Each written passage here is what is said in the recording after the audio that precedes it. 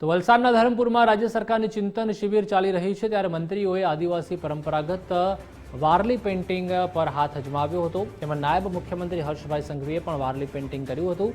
તો કૌશિકભાઈ વેકરિયા, રમણભાઈ સોલંકીએ પણ પેઇન્ટિંગ કર્યું. કમલેશભાઈ પટેલ, જયરામભાઈ ગામિત પણ તેમાં જોડાયા હતા. આદિવાસી બહેનોની કળા દેશભરમાં ઉજાગર કરવાના પ્રયાસ થઈ રહ્યા છે.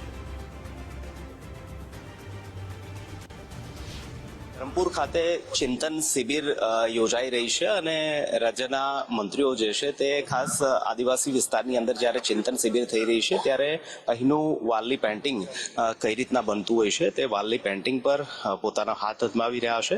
નાયબ મુખ્યમંત્રી હર્ષભાઈ સંઘવી, આ ઉપરાંત રાજ્યના મંત્રીઓ કૌશિકભાઈ છે, અન્ય મંત્રીઓ જે છે તે પણ આ પેઇન્ટિંગ કરી રહ્યા છે. અને ખાસ ખુશીનો દિવસ છે. ગઈકાલે ઉજવણી થઈ છે. કોમનવેલ્થ ગેમ ભારતને મળ્યું છે, ગુજરાતને મળ્યું છે. નાયબ મુખ્યમંત્રી ખુદ જે ડેલિગેશન છે તે સાથે પહોંચ્યા હતા. હર્ષભાઈ, પેઇન્ટિંગ પર હાથ અજમાવી રહ્યા છો, પરંતુ ખરો રંગ તો આપણે 2 દિવસ પહેલા જે સમાચાર આવ્યા તેમાં આપ્યો કે કોમનવેલ્થ ભારતને મળ્યું. કેટલું ઐતિહાસિક અને કેટલો ખુશીનો આ દિવસને સમય છે? હાલ તો મારા સાથી મંત્રીશ્રીઓ જોડે ચિંતન શિબિર દરમિયાન આ એક એક્ટિવિટીનો અમે સૌ લોકો હમણાં ભાગ લીધો છે. અને આપણી આદિવાસી વિસ્તારની આ ખૂબ મોટી સંસ્કૃતિ અને જે આર્ટ વારલી પેઇન્ટિંગ છે, એ વારલી પેઇન્ટિંગનો અહીંયા ખૂબ સરસ બહેનો દ્વારા આ વ્યવસ્થા કરવામાં આવી છે. તો તમામ લોકો જો આપ સૌ લોકો હમણાં સૌ મંત્રીશ્રીઓ બી આ વારલી પેઇન્ટિંગમાં જોડાયા છે. અને આનાથી આપણા આદિવાસી વિસ્તારની બહેનોની જે આ કલા છે એ વધુમાં વધુ કઈ રીતે દેશભરમાં ઉજાગર થાય એવો એક પ્રયાસ શ્રીમદ રાજચંદ્ર સંસ્થા દ્વારા કરવામાં આવ્યો છે. અને આ અદ્ભુત પ્રયાસ એમના દ્વારા ચાલુ છે છેલ્લા અનેક વર્ષોથી, અને મેં પોતે બી નજીકથી જોયું છે. આભાર. કોમનવેલ્થ પર ખાસ તો મંત્રીઓ જે છે તે આ વારલી પેઇન્ટિંગ પર હાથ અજમાવી રહ્યા છે, પેઇન્ટિંગ કરી રહ્યા છે. કૌશિકભાઈ, અન્ય જે મંત્રીઓ છે તે પણ ખાસ ચિંતન શિબિર, ચિંતન મનોમંથન થતું હોય છે, પરંતુ જ્યારે પણ અવકાશનો સમય મળે ત્યારે આ પણ એક કળા છે જેના પર આપ અત્યારે હાથ અજમાવી. ખાસ કરીને જે રીતે અમારા નાયબ મુખ્યમંત્રી આદરણીય હર્ષભાઈ અને સમગ્ર મંત્રીમંડળની ટીમ સાથે જે પેઇન્ટિંગ વાળું છે, જે આપણી આ વિસ્તારની જે બહેનો દ્વારા જે પેઇન્ટિંગ માટેનું જે કામ કરવામાં આવે છે એમને પ્રોત્સાહિત કરવા માટે તમામ મંત્રીમંડળના મિત્રો સાથે અત્યારે અમે આમાં હાથ અજમાવી રહ્યા છીએ. અને ખાસ કરીને સવિશેષ ચિંતન શિબિરની અંદર જે પણ વસ્તુ છે એની સાથે બધા લોકો સાથે અલગ અલગ વસ્તુઓની અંદર પણ ભાગ લઈ રહ્યા છીએ. એટલે ખાસ કરીને હર્ષભાઈને મારે વિશેષ અભિનંદન આપવા પડે, સરકારને અભિનંદન આપવા પડે કે કોમનવેલ્થ ગેમ્સ માટે જે ભારત અને ગુજરાતની અંદર રમત રમાડવા માટે જે મંજૂરી મળી છે એ બદલ અમને વિશેષ અભિનંદન આપું છું. સોલંકી સાહેબ, ચિંતન શિબિર કઈ રીતની જઈ રહી છે? ખાસ રાજ્યના વિકાસના રોડમેપને લઈને ચિંતન મનોમંથન કરવામાં આવી રહ્યું છે.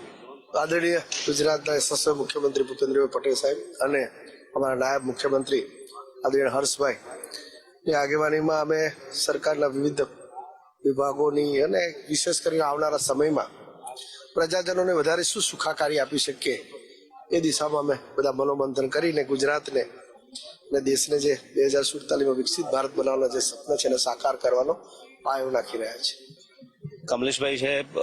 કમલેશભાઈ, રાજ્યના વિકાસને લઈને અલગ અલગ વિષયો આજે ચર્ચાયા છે. ચિંતન શિબિર કઈ પ્રકારનું ચિંતન થઈ રહ્યું છે? ખાસ ગુજરાતની લોકોની સુખાકારી માટે, લોકોના વિકાસ માટે મંત્રીઓ અને અધિકારીઓ બધા જ અહીં પહોંચ્યા. આદરણીય પ્રધાનમંત્રી નરેન્દ્ર મોદી સાહેબ જ્યારે મુખ્યમંત્રી બન્યા ત્યારે 2003થી ચિંતન શિબિરની શરૂઆત થઈ હતી.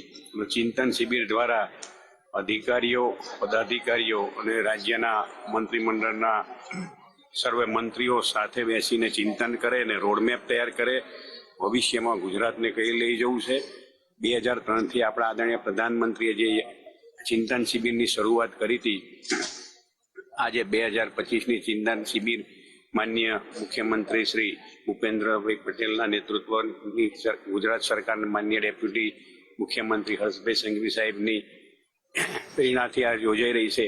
તો આપણે જોઈ રહ્યા છીએ કે 2003થી 2025 ગુજરાતનો જે રોડમેપ ચિંતન શિબિરમાં નક્કી થયો એ રીતે ગુજરાત આગળ વધ્યું છે, ડેવલપ થઈ રહ્યું છે ને એનું પરિણામ પ્રજાને મળેલું જ છે અને મળતું રહેવાનું છે. આ ચિંતન શિબિરની ફલશ્રુતિ જે રહેવાની છે કે ચિંતન કરી અને પ્રજાની સુખાકારીમાં હજુ પણ વધારો થાય અને ગુજરાત હજુ પણ વધારે ડેવલપ થાય એ જ ખૂબ ખૂબ આભાર. ધન્યવાદ. જયરામભાઈ, આ પેન્ટિંગ તો આપને આવડતી હશે, ફાવતી હશે. અત્યારે અહીંયા જયારે બહેનો દ્વારા આ કામકાજ કરવામાં આવતું હતું ત્યારે અમને પણ ઈચ્છા થઈ કે અમે પણ આ કામકાજ કરીએ. એટલે આ જે કે કામ છે એ કોઈ પણ માણસ વગર કદાચ મારા હિસાબે કલાક 2 કલાકમાં પણ શીખીને આ વારલી પેન્ટિંગ કરીને માણસ રોજગારી પણ મેળવી શકે. અને વારલી પેન્ટિંગની જયારે વાત કરીએ ત્યારે આ એકદમ આ વલસાડ જિલ્લાનું વારલી પેન્ટિંગ, સરકારે આ પેન્ટિંગને ખૂબ મહત્વ આપીને લોકોને રોજગારી મળે એના માટે પ્રયાસો કરીને સરકારી ઓફિસોમાં, પ્રવાસન સ્થળો છે, ધાર્મિક સ્થળો, તમામ જગ્યાએ વારલી પેન્ટિંગનું આજકાલ આપણને ચલચિત્ર જોવા મળે છે. અને ખાસ કરીને ગુજરાત સરકારે આ વર્ષના બજેટની જે બુક આવે છે એમાં પણ આ ચલચિત્ર મૂકવામાં આવ્યો છે. એટલે આ જે વિસ્તાર છે એમાં આ વારલી પેન્ટિંગ કરવામાં કોઈ મોટા મશીનની કે કોઈ પ્રિન્ટિંગ પ્રેસની પણ જરૂર નથી પડતી. કોઈ પણ માણસ આ કામકાજ કરી શકે. એટલે એનાથી આપણે જે સ્વદેશીની વાત, આપણી જે આગામી દિવસમાં સ્વદેશી અને એમાં ખાસ કરીને આત્મનિર્ભર ભારતની જે વાત કરીએ એ અહીંયા આપણને દેખાઈ રહ્યું છે વારલી પેન્ટિંગ. તો તમામ મંત્રીઓ જે છે તે અત્યારે હાલ અહીં વારલી પેન્ટિંગ પર પોતાનો હાથ અજમાવી રહ્યા છે. ચિંતન શિબિરનો આજનો આ બીજો દિવસ છે અને ચિંતન શિબિરના બીજા દિવસે તમામ મંત્રીઓ રાજ્યના વિકાસને લઈને, રાજ્યના અલગ અલગ વિષયોને લઈને ચિંતન મનોમંથન કરી રહ્યા છે. તે દરમિયાન જ્યારે અહીં સમય બચ્યો છે ત્યારે આ વિસ્તારનું જે પરંપરાગત ચિત્ર વારલી પેન્ટિંગ જે છે તેના પર પણ પોતાનો હાથ અજમાવીને વારલી પેન્ટિંગ જે છે તે પણ મંત્રીઓ કરતા હોય તે પ્રકારના દ્રશ્યો સામે આવી રહ્યા છે. કેમેરામેન લાલા ભરવાડ સાથે નિકુંજ જાની, ગુજરાત ફર્સ્ટ, ધરમપુર.